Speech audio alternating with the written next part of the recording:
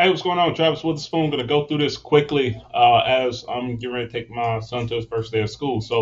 Um, Yesterday we ended up having a live session at night. We ended up talking about some overall trading opportunities. We ended up talking about the trades we ended up getting into. And at this particular point, currently right now, there's really no trade that I'm in at this particular point. So I'm going to go through these very quickly. US 30.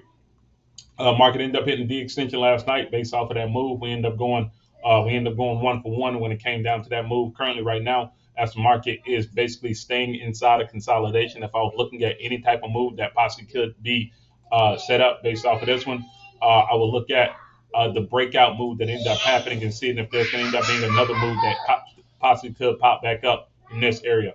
Um, German 40 market ended up hitting our D extension last night. Currently, right now, if you take a look at it based off our hour, kind of bumping up against this long-term consolidation area. So there's really no trade to be able to take at this particular point. I'll wait for the market to be able to give us another continuation type of movement, hitting the top portion of the channel before being able to truly be able to make a move. Might be able to get something a little bit later on tonight. So please make sure that you end up having your crossing down signal to be able to get placed in. It'll be DAX counter trend line break sale. If it does happen when it comes down to that move, just keep that ready and available to go. I would do it based off of the hour, not based off of the 15-minute early. And then after that, once you see that it starts to get into the sell zone, then possibly look at being able to do it based off of the 15-minute. Now it's 100. Now it's 100 end up hitting. Now take profit just from that Monday trade. Congratulations to everybody end up hitting that Monday trade. Now the market's in consolidation and breaking out. Kind of the same deal that I ended up talking about a little bit earlier. The one, anytime that you're going against the trend, that's typically a lower 1% trade to be able to get in.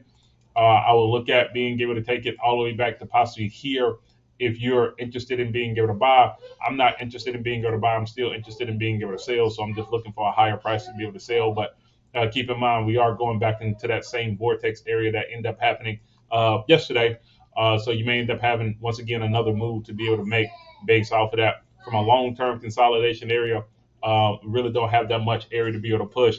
Trying to wait for this market to be able to fall down below 12,120, and then after that, look at being able to go out there 11,840 or 11,850 after the next move. But we'll be back inside of that large consolidation that we end up starting off with in early June, if that does happen based off of that. XPX 500. This was one trade that I was in that I was trying to hold on to a little bit more. I ended up talking about it last night and saying that if we end up breaking a counter trend line break high after we end up taking that sale, then I would look at being able to exit out because our stop loss is at 39.47.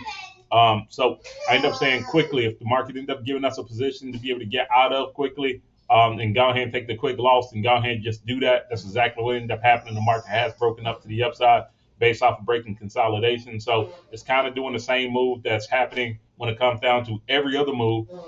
You have this consolidation break vortex area. Now the market is basically looking like it's trying to retrace and go back inside of that area. So if you're interested in being able to scalp it, maybe it might be a scalping opportunity.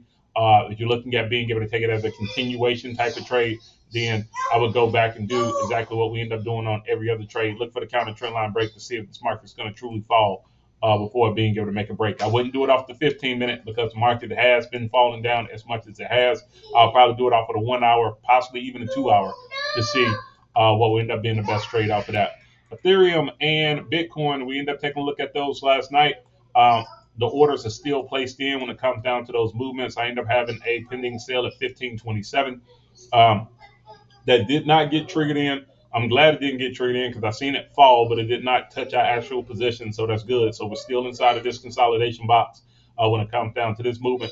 I'll wait for the market to be able to break down. If it does reject off of 1603, then that means that we have a pretty good chance of this market basically falling back inside of that area and giving us an opportunity to be able to make a trade off of that. But would not make a trade. I probably wouldn't make a trade to the upside, at least not yet, because once again the market is still bearish. But if it does break below 1527, then our trade is triggered in to be able to make a move off of that. Last one, Bitcoin. Um, End up taking a look at that movement.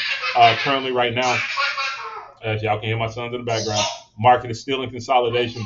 Did not have that break below the area where I thought it could end up doing, which is 19,780. It did not make that move as of yet, but if it does fall, it could fall all the way down to 18,900. If it breaks to the upside, then we have a trade at 20,400 that could go all the way up to. That could go all the way.